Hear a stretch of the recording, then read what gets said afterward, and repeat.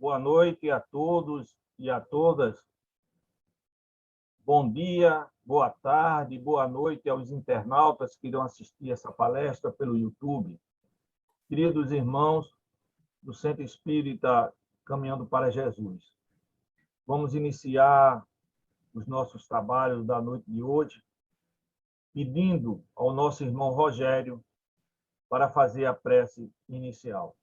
Por favor, Rogério. Ok, Douglas. Boa noite a todos.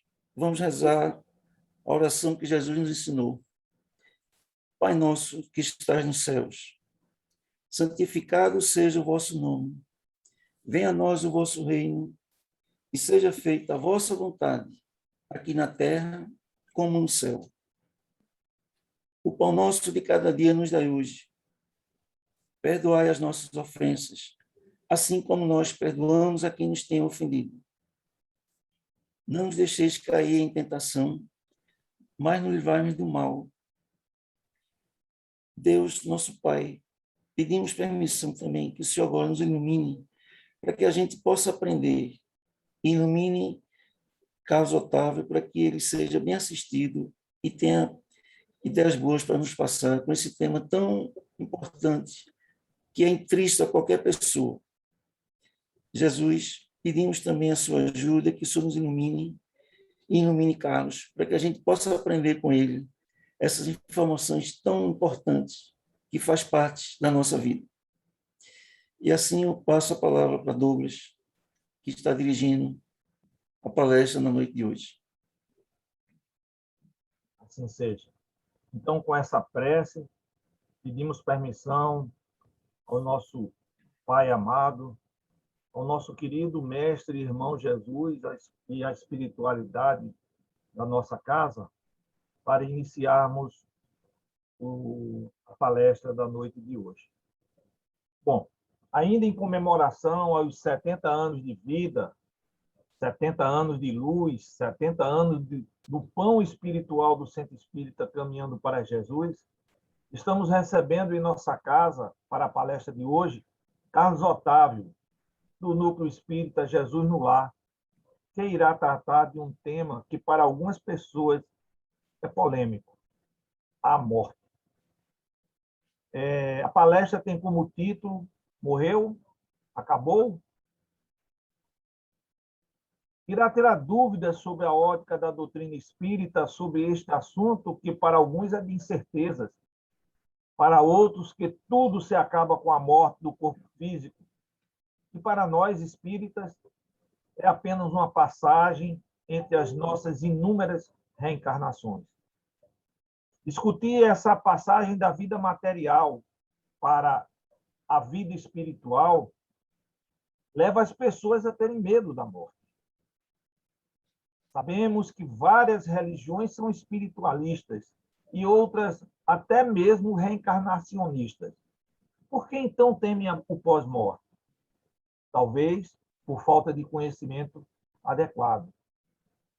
No século XIX, com a publicação do Livro dos Espíritos, em 18 de abril de 1857, surgiu a doutrina espírita, buscando esclarecer os ensinamentos que Jesus nos ensinou sobre a vida eterna. O que Jesus quis dizer com o é necessário nascer de novo no diálogo com Nicodemos. Os espíritos superiores ratificam a continuidade da vida afirmando: somos as almas dos homens que viveram na Terra, confirmando a máxima de Jesus, que ensinou que aquele que crê nele, mesmo morrendo, viverá para a vida eterna. Carlos Otávio mostrará que tanto para os que acreditam, quanto para os que não acreditam, a regra é universal e alcança todos os seres humanos. É através da reencarnação que vamos evoluir até atingir o patamar de espírito puro. Bem-vindo novamente à nossa casa, Carlos Otávio. Uma ótima palestra para você. Com você a palavra. Boa noite a todos, companheiros, amigos que fazem o Centro Espírita Caminhando para Jesus. nosso boa noite a todos os ouvintes, a todos aqueles que tiveram o interesse, né, de participar deste momento com todos nós. Quero deixar, de antemão, um grande abraço dos que fazem o Núcleo Espírita Jesus no Lar, com muito carinho para todos vocês. O tema, como bem colocou o Douglas, parabenizo até pelo exórdio, foi bem sucinto, bem objetivo. Morreu, acabou. Este tema nos leva a grandes reflexões dentro da nossa sociedade, onde nós encontramos no Ocidente um medo tremendo da morte, de pessoas que têm medo até de falar sobre o nome morte, enquanto que no Oriente as pessoas já são mais esclarecidas neste contexto, não existe assim tanto medo com relação ao que é morte. Mas, vindo para o nosso meio, nós procuramos e a gente busca assim, mas se a morte não é o final, a vida continua? E é onde tem o X da questão. Se imaginássemos a morte como um final, nós tínhamos que também buscar um Deus diferente deste Deus que nós conhecemos. Deus justo, um Deus criador, onipresente, onipotente, soberanamente justo e bom, inteligência suprema, causa primária de todas as coisas. Como inteligência suprema, um ser criar pessoas para que simplesmente passassem por esta encarnação e, ao final, na idade avançada, ou através de uma doença ou de um acidente, essa pessoa viesse a simplesmente desaparecer para todo sempre, haveria aí uma incoerência. Uma incoerência no sentido de que nós começamos a analisar a nossa sociedade por um todo e ver que ela vem progredindo paulatinamente, dia a dia.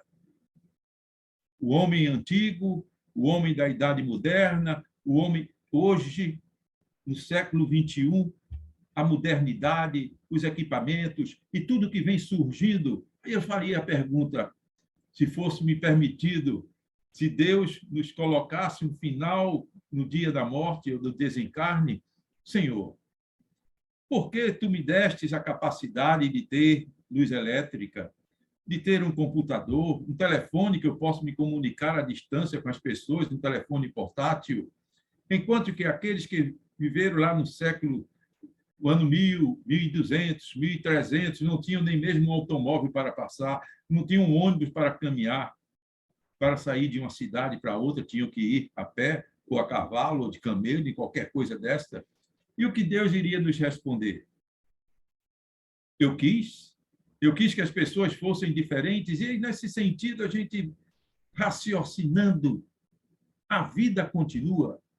Aí sim, nós começamos a encontrar um parâmetro mais sólido para a nossa compreensão do que é morte.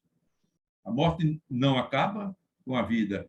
Daí que um dos grandes problemas que a humanidade atravessa, e isso vem muito em pauta devido ao materialismo, né? O materialismo que prega que a vida para com a morte, e isto vem provocando um grande índice de suicídio no mundo, porque alguns que estão com problemas financeiros, problemas conjugais, problemas dos mais diversos, acham que no suicídio tudo se resolve, e é um ledo engano. É aí que o problema começa a piorar, porque se a morte não é o final, se a vida continua, Deus está olhando lá, nos deu toda esta passagem maravilhosa de termos um corpo físico, de termos famílias, amigos, companheiros, para que pudéssemos passar por esta terra da melhor maneira possível, dentro das nossas capacidades intelectuais, capacidades de trabalho. Ou seja, se tudo parasse da morte, o suicídio seria uma solução.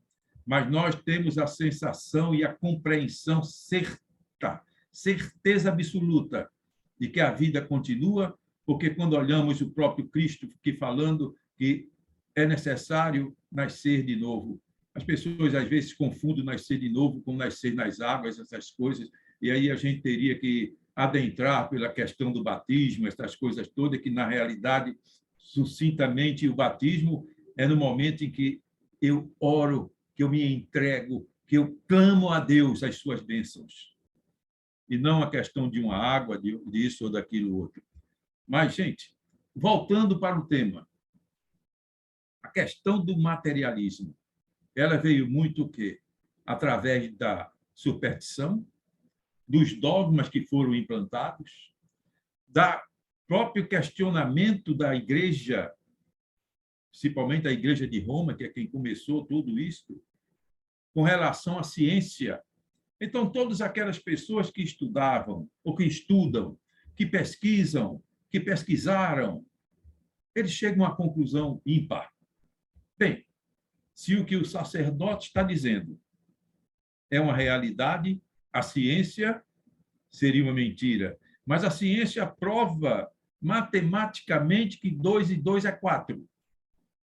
E, do outro lado, não tem essa prova, mas usa-se um termo, é a palavra de Deus. É inquestionável, com certeza. Se verdadeiramente fosse a palavra de Deus, seria inquestionável. Mas Deus iria se enganar? Deus iria se enganar ao ponto do que fizeram com Galileu Galilei, que porque ele falou que a Terra era redonda, então ele foi trancafiado no seu lar até o dia do seu desencarne? Aonde estaria Deus? Será que Deus enganou-se? Deus fez a Terra redonda e depois achava que a Terra era quadrada ou era retangular? Deus não se engana. Quem se engana somos nós.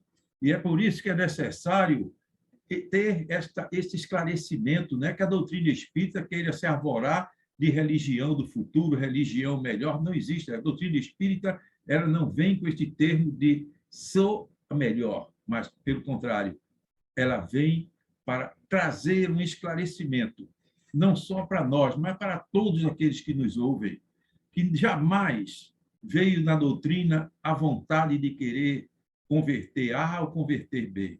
Muito pelo contrário. O que interessa a nós espíritas, o que interessa àqueles que estudam o espiritismo, é fazer com que as verdades de Cristo sejam esclarecidas, fazer com que as parábolas de Jesus sejam interpretadas tal qual ela é, porque o próprio Cristo disse que não poderia falar tudo, não poderia dizer tudo, porque a humanidade da época não iria entender. Ora, e ele diz assim: eu mandarei o Consolador prometido para vos esclarecer, através do Espírito e verdade, aquilo que eu não posso dizer neste momento.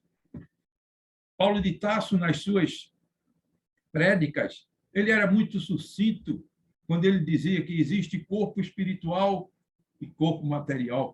Paulo já falava nesses dois corpos. Paulo já tinha essa lucidez. Paulo tinha uma lucidez tremenda ao ponto de entender o que é ser humilde, e a humildade para nós o que é fazer caridade. De Jesus, eu não posso praticar a caridade se eu não sou humilde. E Paulo já dizia, ainda que eu fale a língua dos anjos, ainda que eu faça, né, como os sinos que retinem, se eu não tiver caridade, se eu não tiver amor, eu nada sou. Porque caridade e amor se entrelaçam. Caridade, amor e humildade se entrelaçam. Então, se a gente começa a observar a doutrina, vamos ver que a doutrina espírita ela não vem com superstições, ela não vem com dogmatismos, muito pelo contrário, ela vem trazendo para nós as realidades da vida. Por isso que asseveramos, a morte não é o fim. Para todos aqueles que nos ouvem neste momento, eu volto novamente àquela passagenzinha do suicídio.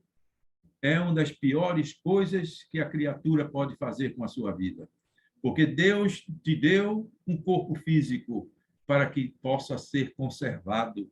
Nós temos que conservar nosso corpo, porque é uma maneira que é usada para que possamos progredir espiritualmente, para que possamos progredir moralmente. E isso vem justamente de encontro. Se eu tive um desafeto no passado, se no passado eu pratiquei algum erro, alguma calamidade, algum assassinato, seja o que for, eu venho no corpo físico e recebo este esquecimento do passado, para que eu possa resgatar através de uma mãe, através de um filho, através de um amigo, um débito do passado, transformando o ódio em amor. E aí eu começo a progredir, eu começo a ter uma vida diferenciada. Daí que o Senhor nos dá o corpo físico, voltando a um corpo físico, num corpo totalmente diferente, porque não é ressurreição. Caso contrário, nós seríamos o quê?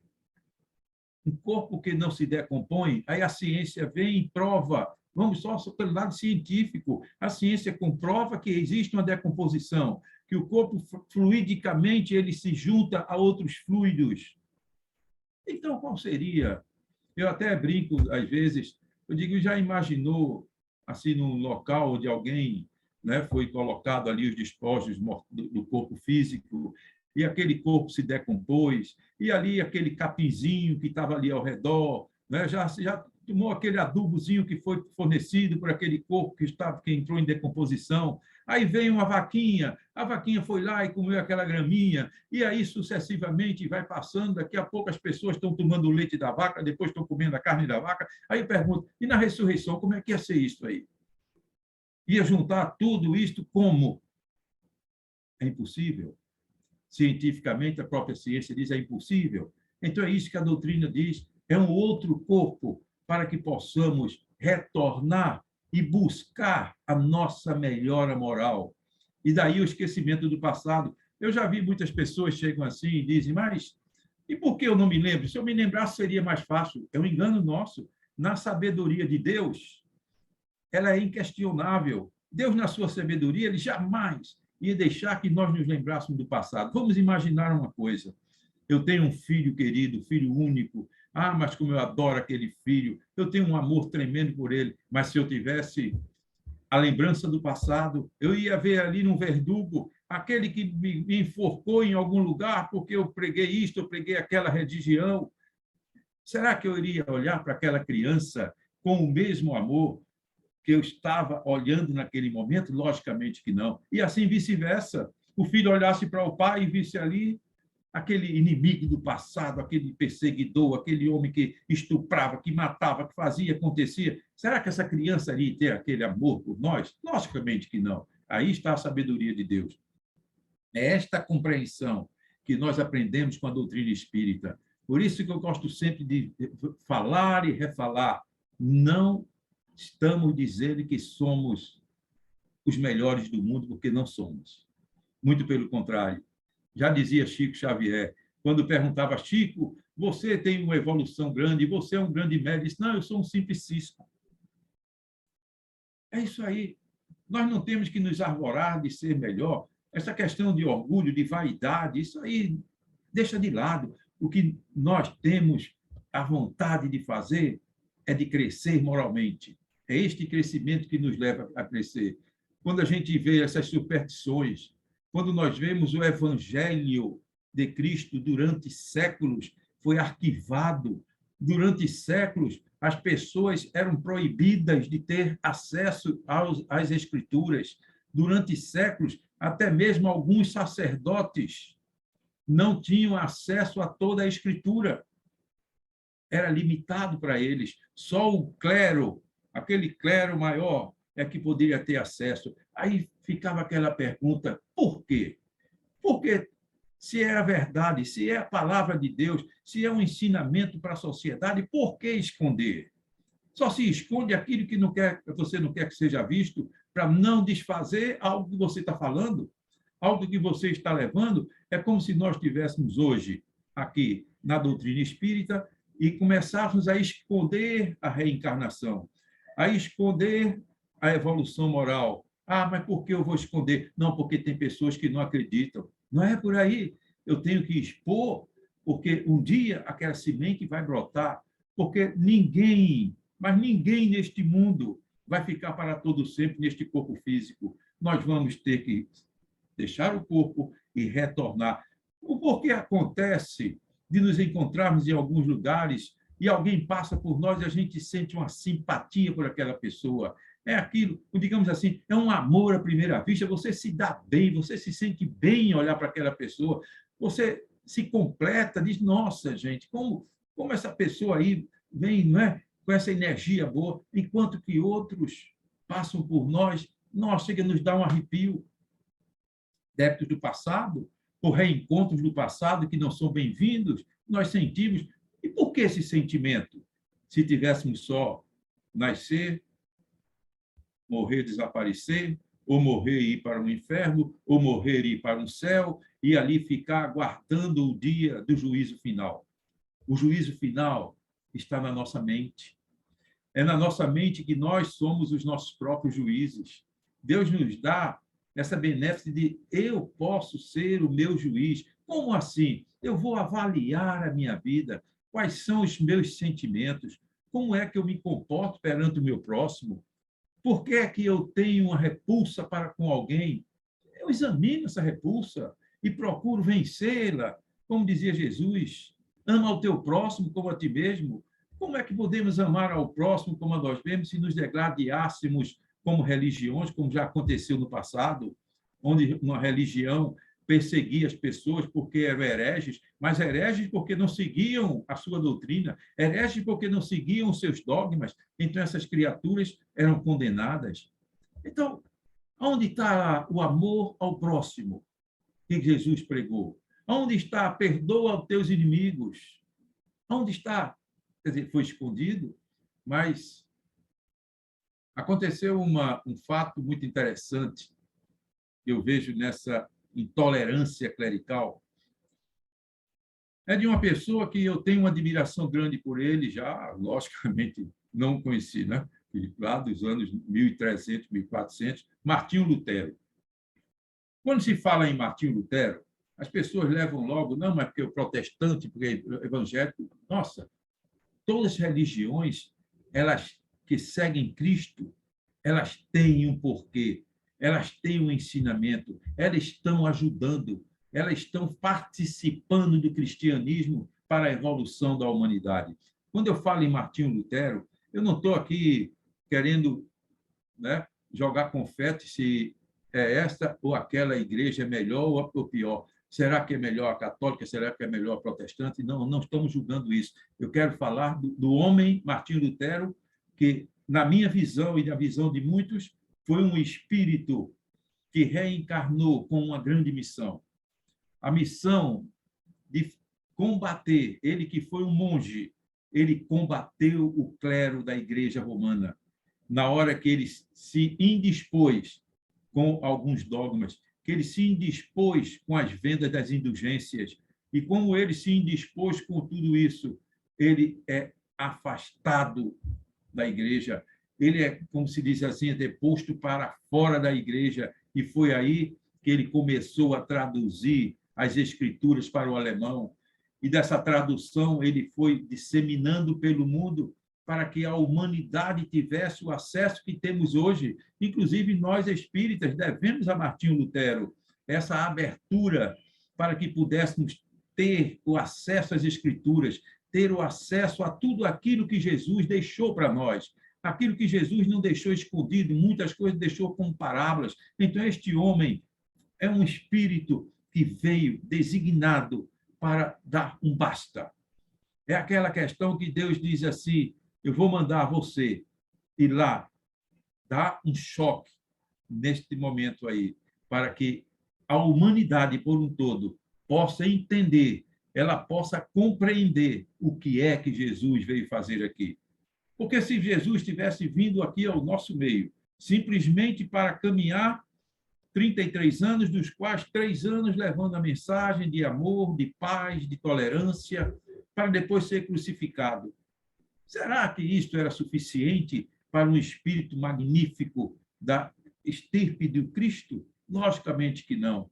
Jesus não estava preocupado com crucificação, Jesus não estava preocupado se cuspiam no rosto dele, ele não estava preocupado se ele era agredido moralmente, mas a grande preocupação de Cristo era aquela que o impulsionou, com a pedido de Deus, de vir até o nosso planeta para falar de amor, para deixar a maior lei que ele deixou para todos nós, a lei do amor.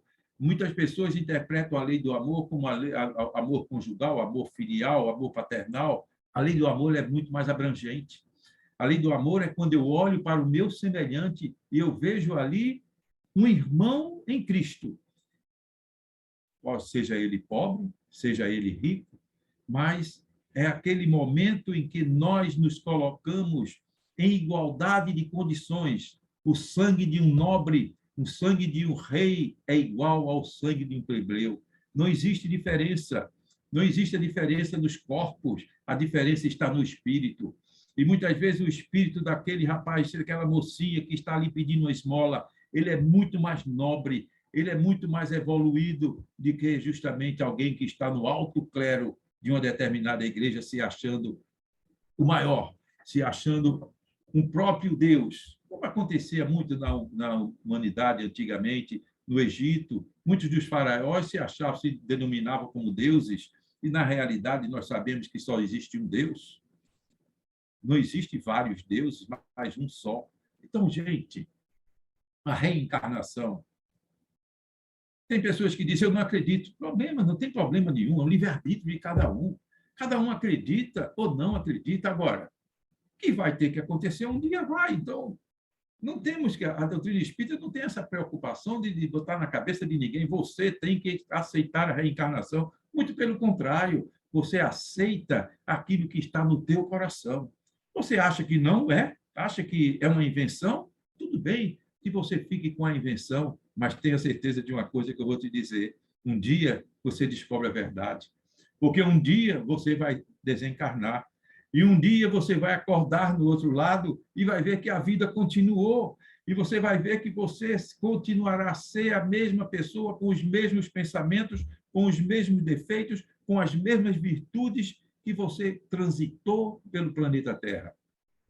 É isto que a gente fala, é isto que essa doutrina vem esclarecer. Eu vejo assim a doutrina espírita como aquele raio de luz que chega no meio de uma grande escuridão, no espaço onde não existia luz, e aquela luz vem. E Jesus é bem claro quando diz assim, não se põe a candeia embaixo do alqueire, ou seja, não se põe um candeeiro embaixo de uma mesa que não vai iluminar nada, mas põe em cima para que as pessoas possam ver. A doutrina espírita faz isso. O que a igreja antiga, a igreja lá de Roma fez, foi esconder a luz, trancafiando os ensinamentos, podando as pessoas com os dogmas, podando as pessoas com tudo aquilo que vinha de encontro ao que o próprio Cristo falou.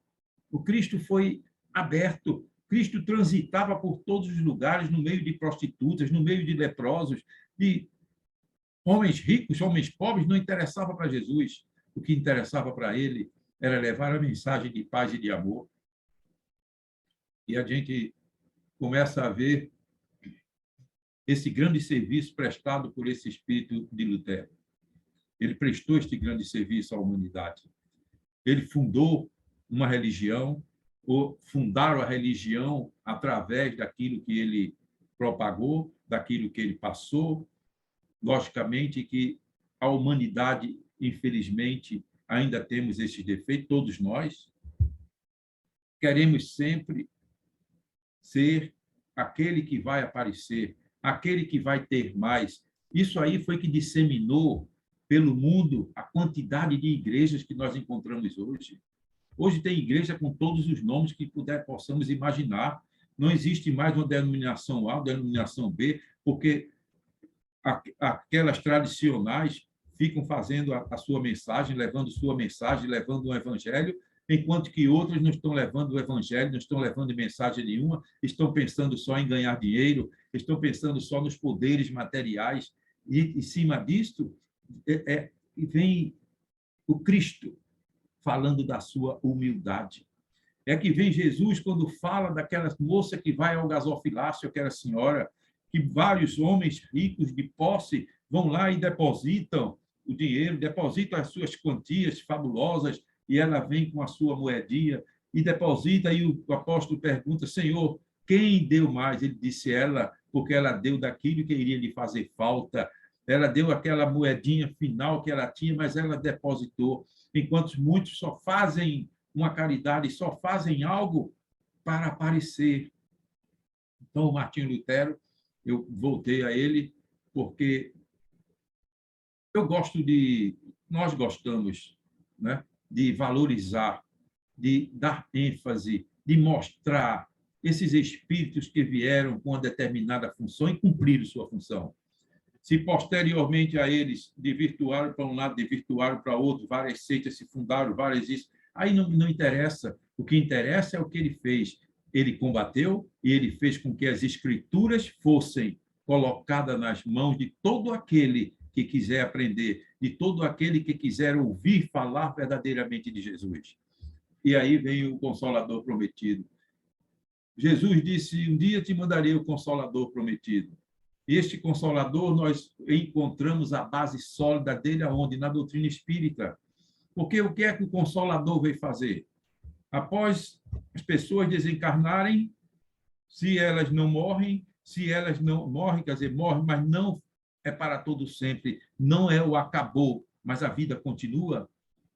Voltamos em outras encarnações e o Consolador prometido, ele vem para ser codificado no sentido de ser esclarecido, no sentido de colocar em letras para que nós pudéssemos ter acesso a todas aquelas escrituras, a todas as passagens do Cristo, ter a certeza de que a vida continua e de que os espíritos que estão do lado de lá também já estiveram do lado de cá, ou no nosso planeta ou em outros planetas, porque se o mundo que Deus criou, o universo por inteiro, que ninguém conhece o universo todo, porque Deus não parou de criar até hoje, ele está sempre criando, criando e criando. Já pensou? Um dos menores planetas que existe é o planeta Terra. E Deus dissesse, eu vou fazer várias estrelas, vou fazer vários planetas, só para que vocês possam comprar uma luneta e estar olhando para lá e para cá, e a luneta não vai chegar no final. Mas a gente ficaria pensando, que desperdício. Não, a vida em vários planetas, em posições diferenciadas, uns com o corpo físico como o nosso, outros num corpo mais fluídico, outros com os corpos mais pesados do que os nossos, voltando aqui mesmo para os nossos homens da Idade da Pedra, os nossos ancestrais, que vêm evoluindo a cada dia. Hoje em dia, quantas crianças estão nascendo sem o apêndice? São mudanças físicas, no corpo físico, que está se modelando, que está se modificando com a evolução da humanidade.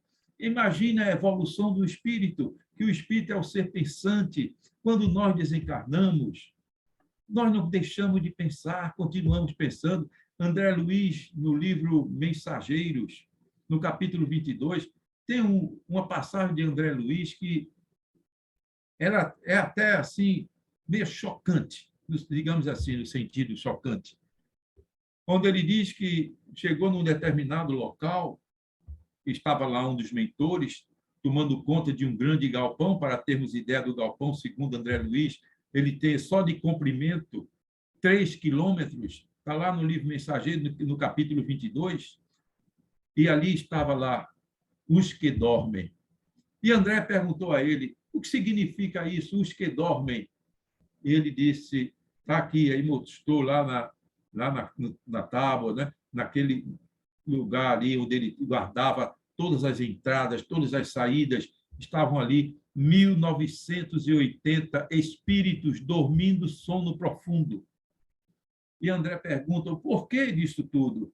Ele diz, são espíritos que na vida passada não acreditavam que após a morte a vida continuava, que após a morte não existia o buraco negro, mas a pessoa continuava a existir. Eles morreram, desencarnaram, mas com a ideia fixa, com aquela ideia de que verdadeiramente eles não tinham mais solução. Acabou. E nesse acabou, eles entraram num sono profundo por não acreditar que poderiam continuar após a morte do corpo físico.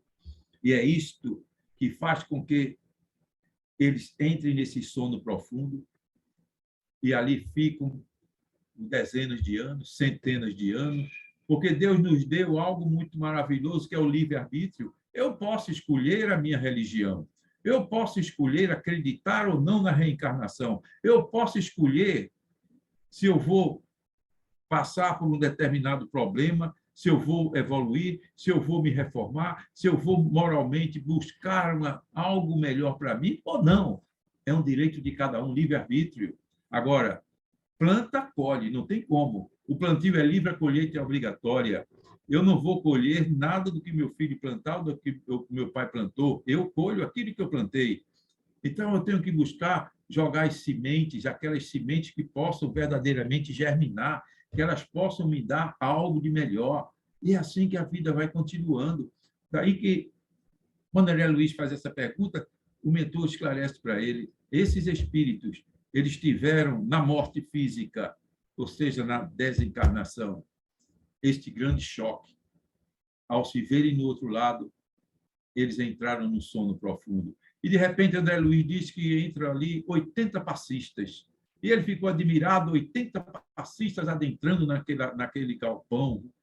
E ele diz, ele vai dar uns passes? Vai dar uns passes. Em 400. Mas por que só 400 se tem 1980? Ele diz, porque só 400 começaram a ter um pequeno despertamento de que a vida continua.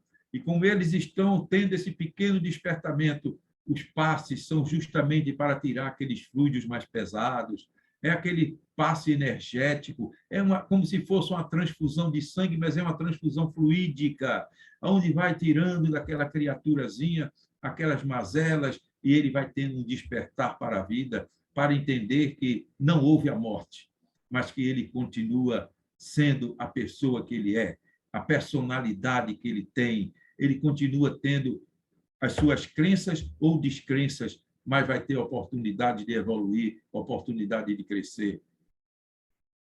Quando a gente começa a analisar pessoas que se desesperam porque um filho não foi batizado, porque isso ou por aquilo outro, a gente tem que orar também, porque são faltas de esclarecimentos que levam as pessoas ao desespero. Porque se a morte é algo natural, é uma coisa que não tem como fugir dela. É algo que, querendo ou não, vai acontecer. Então, eu posso ficar triste com a morte? Logicamente, isso é natural. Eu posso chorar? Claro que deve chorar. Eu posso ter saudade daquela criatura, mas claro que eu tenho saudade. Até porque se alguém, amigo nosso, um filho, alguém, um pai, uma mãe, viaja e, de repente, vai morar num outro país, você não tem saudade? E aquela pessoa está em outro país, ou está em outra cidade, em outro estado do nosso país, mas nós temos a saudade. Então, logicamente, quando alguém que deixa o corpo físico e parte para a espiritualidade, nós vamos ter saudades também, isso é natural. Essa coisa de dizer, não, o espírita não vai chorar, o espírita não vai ter sentimento, não, isso não existe. O espírita é gente como todos, nós temos os mesmos sentimentos, apenas nós buscamos compreender que a morte não é o fim, que a morte é uma passagem. Nós vamos simplesmente mudar, nós vamos sair de um corpo físico e até poderíamos dizer e renascer verdadeiramente, porque voltamos a um plano espiritual, porque fomos criados espíritos, fomos criados para a progressão, fomos criados para evoluir. E eu só posso evoluir e eu chegar a um dia a ficar de frente com o Cristo, vai depender muito de mim. Agora, se isso é em 10 anos, 1 ano, 2, 10 mil anos, 100 milhões de anos, eu não sei. Eu só sei de uma coisa, eu tenho que fazer o meu plantio. Porque André Luiz, nesse livro, quando ele fala dos mensageiros, ele me lembrou uma passagem de Divaldo Franco. Divaldo tinha uma amiga, ou tem uma amiga, não a conheço, que ela é espírita, e o filho dela, já um rapaz de idade, um senhor de idade, ele é acometido de uma doença e vai para um hospital, e ela procura saber dele se ele gostaria de ouvir alguma coisa sobre doutrina espírita, sobre vida após a morte, e ela convida Divaldo.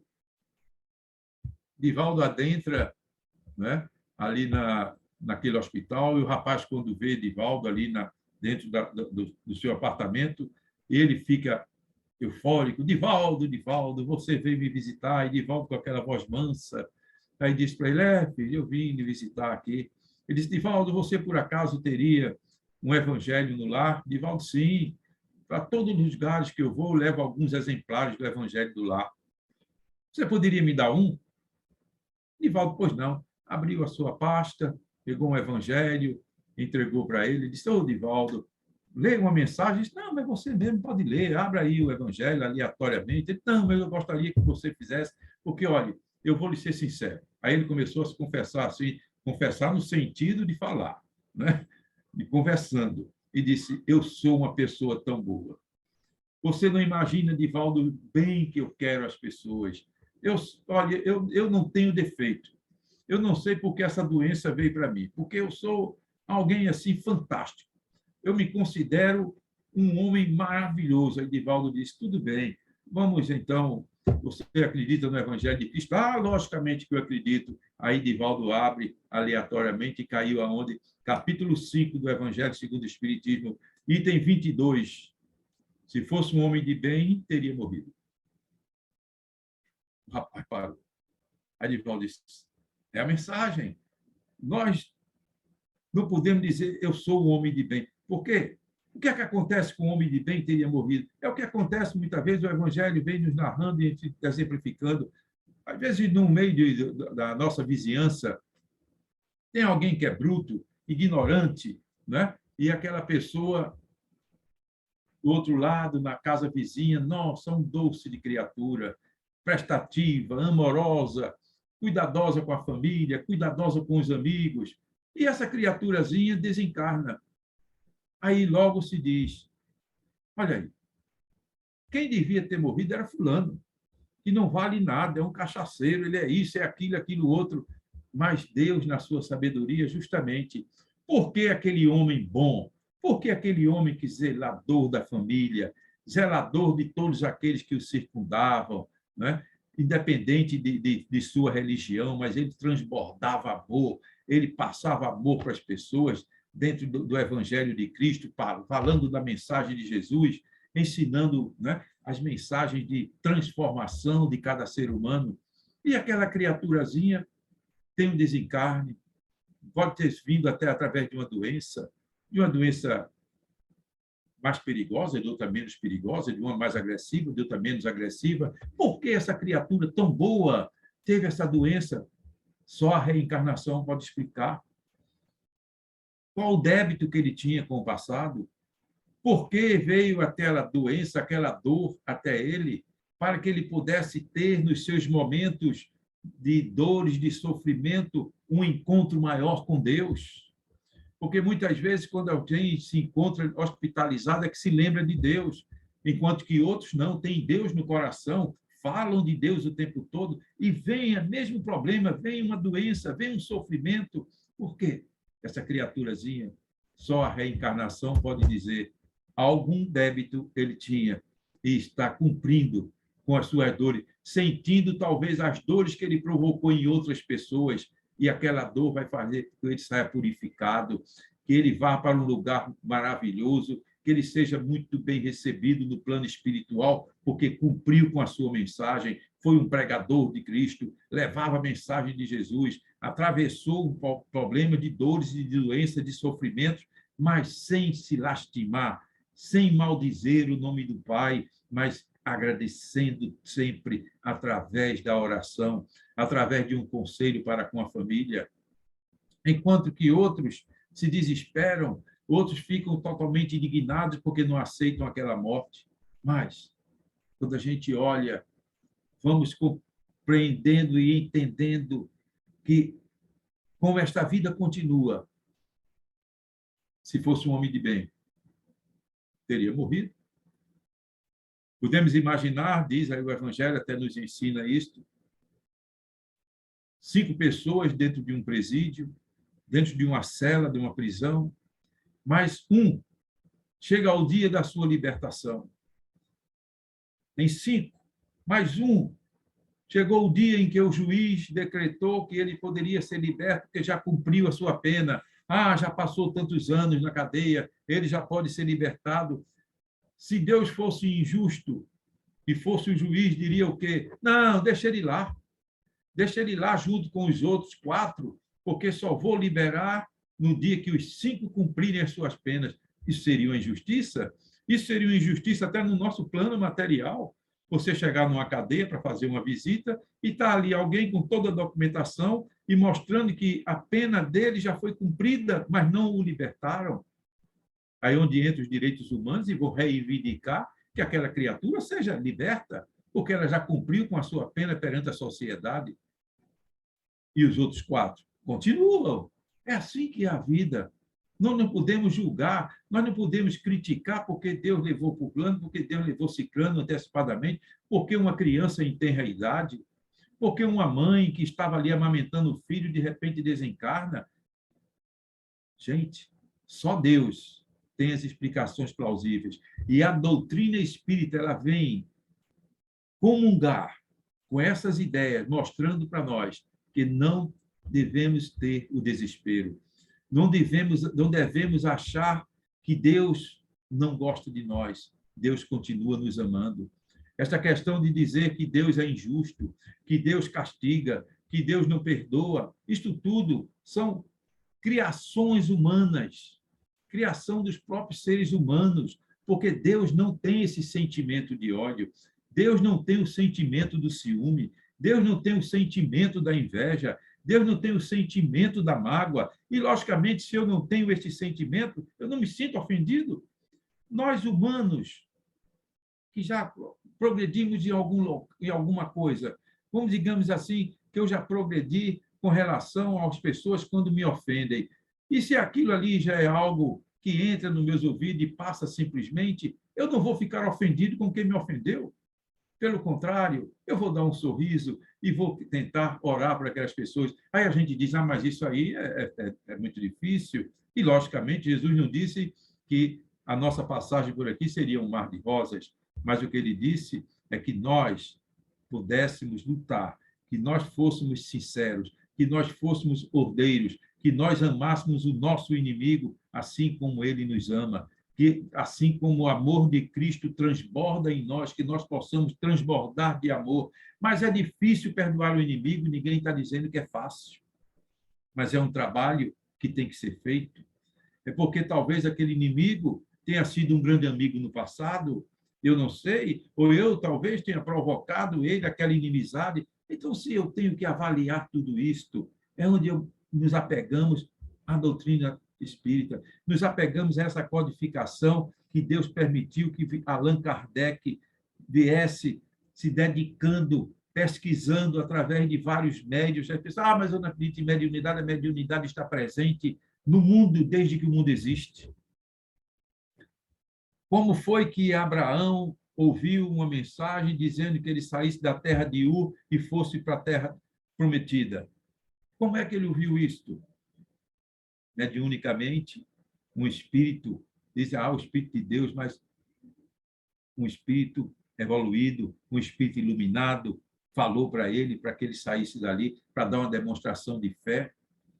Então, desde épocas anteriores a Abraão, a mediunidade sempre existiu, a comunicação dos mortos com os vivos sempre existiu, só que quiseram abafar no momento em que esconderam o evangelho, no momento em que esconderam as escrituras, era porque muitos daqueles clérigos, eles tinham a certeza do que é mediunidade, eles tinham a certeza do que é a comunicação espiritual, mas quiseram esconder do mundo, como até hoje muitos tentam esconder, porque se estão passando uma determinada mensagem para os cristãos, estão passando uma determinada mensagem para alguns irmãos que estão ali com ele, eles não vão jamais deixar transparecer algo que deixe a pessoa pensar, a pessoa raciocinar.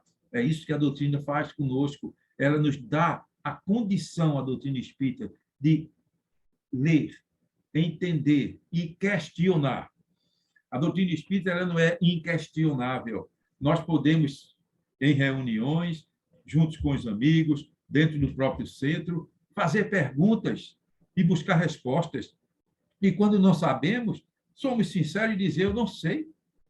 Nós, como palestrantes mesmo, às vezes, em perguntas e respostas, fazem uma pergunta que eu não sei responder. Simplesmente somos sinceros e digamos, essa eu não sei, mas vou anotar e vou pesquisar e depois eu te mando. Deixa aí onde é que eu posso me comunicar com você em uma outra palestra.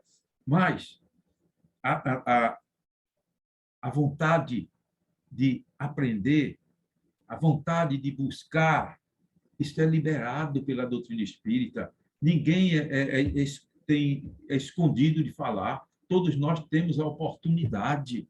Todos nós podemos entender a doutrina ou questioná-la. Independe de que, mas isso assim tem que ser desse jeito, porque tem que ser daquele. Não. A doutrina mostra o caminho. A doutrina mostra a estrada, mostra a porta larga, mostra a porta estreita e nos ensina qual o melhor caminho. Por onde é que eu devo passar? Por essa porta estreita? Pela porta larga? É uma opção nossa. E por isso que quando ela fala na reencarnação, que fala na desencarnação, ela vem mostrando para nós as portas. Está mostrando, olha, a morte não é o fim. Existe uma passagem. Nós vamos nos dar, né, de plano. Mas no outro plano, a vida vai continuar. Então, a doutrina está esclarecendo isso. Não está falando nada fora do comum, não está falando nada miraculoso, não tem nada de invencionice, porque o próprio Cristo, ele asseverava em muitas das suas mensagens, só que as interpretações que se dá e que as pessoas são colocadas na mente de crianças, adolescentes e adultos, e eles vivem esta vida só ouvindo aquilo ali, dificilmente eles vão querer saber amanhã o que é. Mas tenha certeza, num dia qualquer, e chegar a sua partida, ela vai descobrir que a vida continua. Porque as doenças e os sofrimentos, a libertação dos prisioneiros, vem mostrar para nós uma coisa: ninguém escapa da morte.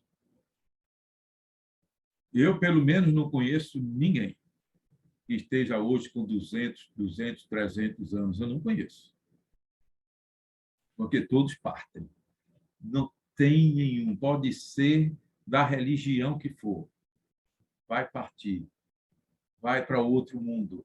E lá vai acordar espiritualmente. Por isso que eu volto aos suicidas.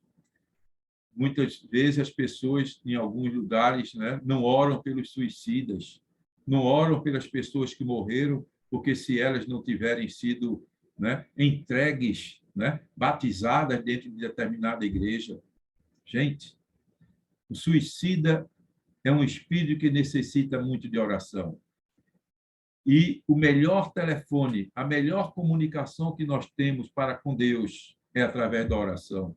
Então, não nos custa nada orarmos por aquele que suicidou-se, porque nós temos a convicção plena de que a vida continua e de que a oração vai ajudar aquela criatura a ter amanhã um despertar, uma compreensão de que aquilo que ela fez com ela não ajudou em nada os problemas que estava passando, mas acrescentou e muito. Que pode voltar noutra encarnação com os defeitos físicos provocados por aquele suicídio, que se envenenou, pode vir com várias doenças estomacais, e respirações e tantas coisas. Se atirou na cabeça, volta com problemas na cabeça, doentes mentais. Então, basta olhar para a humanidade, olhar os defeitos físicos, olhar quantas criaturazinhas hoje sofrem com problemas físicos, de doenças sérias, problemas de desenvolvimentos nos membros. Por quê? Suicídio, algum outro problema qualquer, mas tenho a certeza que a gente tem. Deus nos criou perfeitos. A imperfeição fomos nós que colocamos. A imperfeição somos nós que colocamos no momento que eu provoco o meu desencarne. Mas eu não me suicidei. Sim, mas como é que você leva a sua vida? Tem pessoas que dizem, eu trabalho 24 horas porque tenho que ter isso, ganhar isso e aquilo outro. Mas será que você está conservando sua saúde? Não está. Tem uma parábola de Jesus que ele fala daquele homem rico, que foi um ano próspero, todas as suas plantações deram triplicadamente a produção, foi um negócio fantástico. E o que é que o homem diz? Vou construir outros celeiros para que eu possa guardar todos esses bens que eu adquiri, todos os meus cereais, e aí eu vou viver uma vida plena de descanso. E naquele mesmo dia, Deus diz para ele, e quem disse que você vai passar mais do que uma noite? Hoje mesmo tu vai retornar ao mundo espiritual, e tudo que produziste vai ficar aí. Então, nós não temos nada nesta vida. A gente luta pelas coisas materiais, é um direito nosso. É um direito nosso ter conforto, é um direito nosso ter uma boa alimentação, é um direito nosso ter uma boa saúde, mas também é um direito nosso olhar por aqueles que não têm. Muitas vezes a gente diz assim: ah, mas eu não tenho dinheiro para chegar ali no hospital de câncer e dar uma ajuda financeira. Sim, tudo bem. Você pode não ter o dinheiro, mas você tem o seu tempo. Tem coisa mais valiosa que o nosso tempo?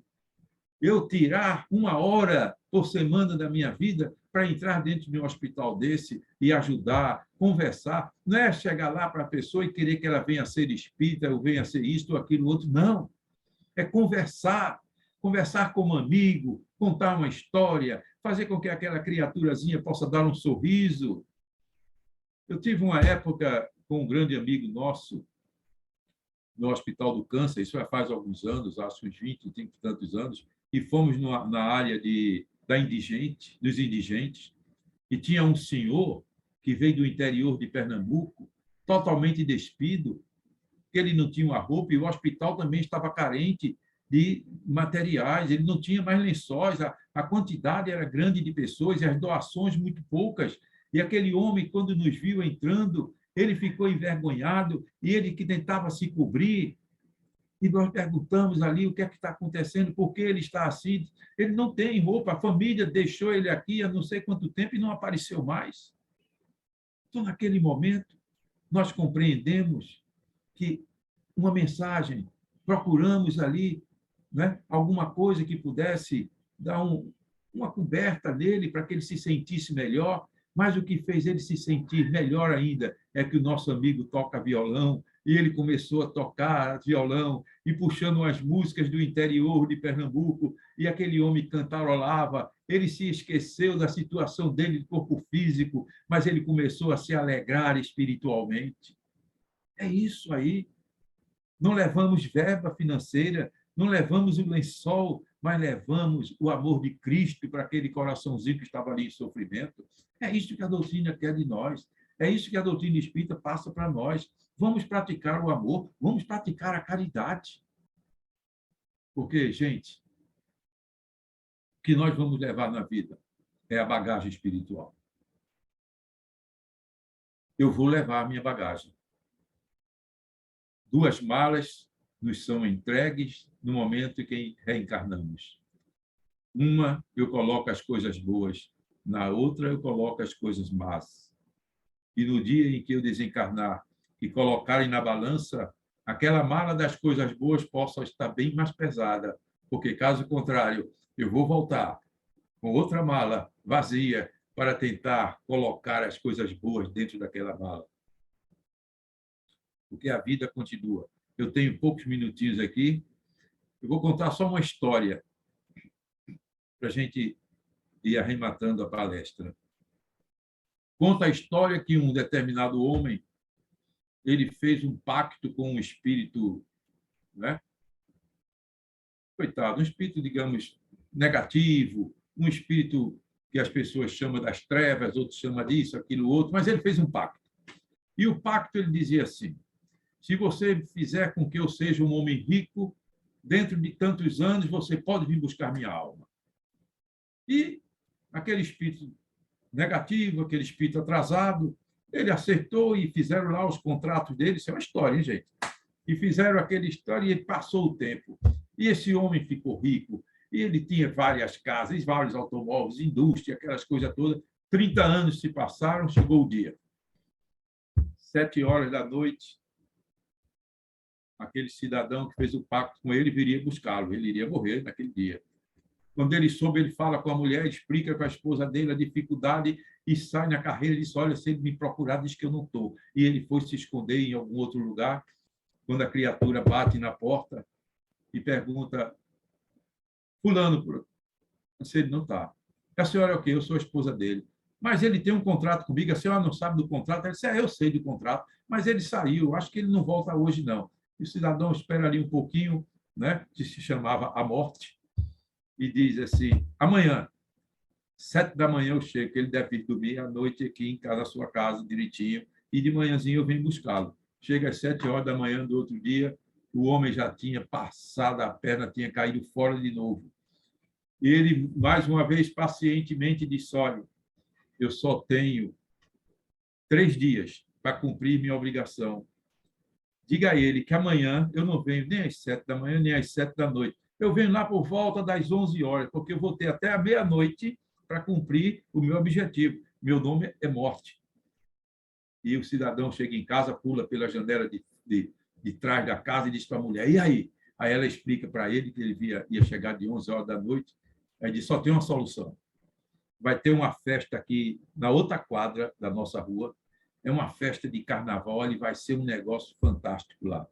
Você se fantasia e vai para a festa. Quando ele chegar, eu digo que não sei de você. E você desapareceu de casa, saiu para tomar um cafezinho na esquina, e café é esse que você não voltou. Ele disse: mas como é que eu faço? Ele disse: primeiro começa raspando a cabeça. Você é um homem cabeludo, barbudo, de bigode, tira a barba, tira o bigode, raspa a cabeça, dá um polimento, tem gente que dá um polimento na careca para ela ficar brilhando, e se fantasia e vai para a festa. Ele não teve outro. Se raspou a cabeça, tirou barba, bigode e deu um polimento, ficou todo arrumado e foi para a festa. 5 horas da tarde foi o primeiro que chegou na festa. E ficou ali na festa a noite toda. Quando deu 11 horas da noite, bateram na porta. Dona fulana, cadê seu marido? Ah, ele não veio, não. Olha, eu estou com uma raiva desse homem tão grande porque ele saiu para tomar um cafezinho ali na esquina e não voltou. Ela disse: mas como? A senhora não viu o contrato? Eu só tenho até meia-noite. Pois é. Ele disse: bem, eu vou ficar aqui pela redondeza, se ele aparecer, porque eu vou ter que fazer a minha parte. E aí, quando ele sai da casa, ele ouve aquele barulhinho, aquelas músicas de carnaval. Ele vai, se aproxima para assistir. E a casa tinha uma vidraça grande de fora, na frente.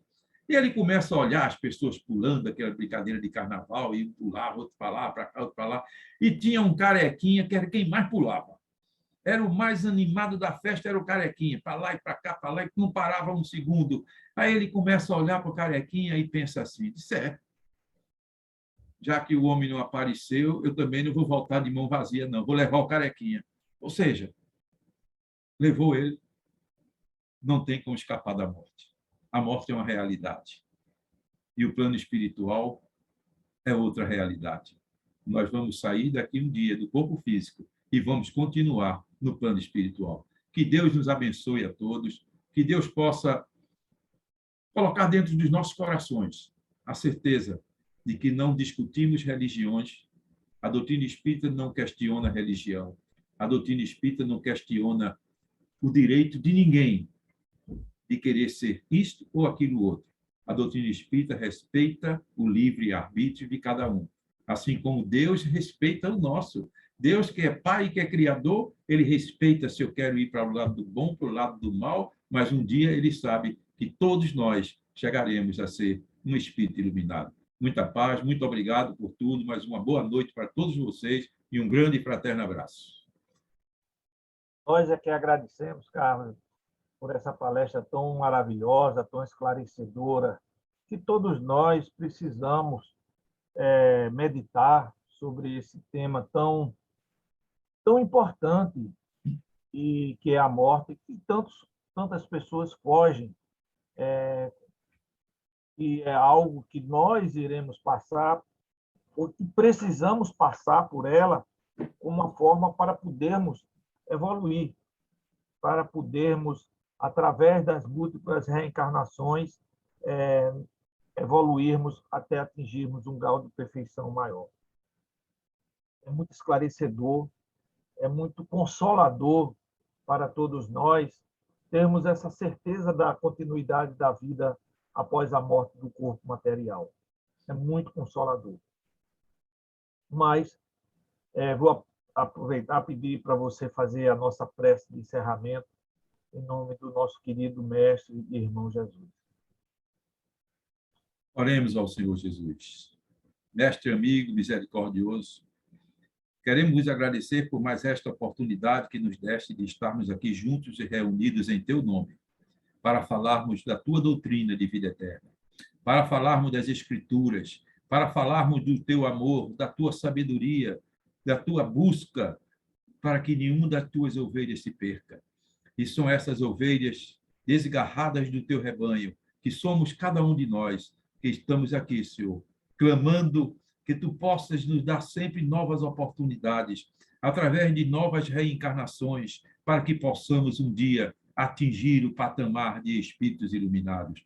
Que Deus, nosso Pai, não só abençoe a toda esta humanidade, mas abençoe a todo este universo, desde as plantas, o mar, os seres humanos, os animais, que são todos criatura dele, que todos possamos ser abençoados em mais esta noite, em mais esta oportunidade, e que a tua luz, Senhor, ilumine e ampare o Centro Espírita caminhando para Jesus, para que esta casa continue levando o teu evangelho, independente, Senhor, de que se pudermos colocar 100, 200, 300 pessoas para assistir palestras, mas se onde se encontrar uma ou duas pessoas reunidas em teu nome, nós temos a certeza, Jesus, que estás no nosso meio. E é assim que nós buscamos, é assim que nós estamos procurando nos melhorar e te agradecendo em teu nome, Cristo, pelo caminho que Jesus que estás nos dando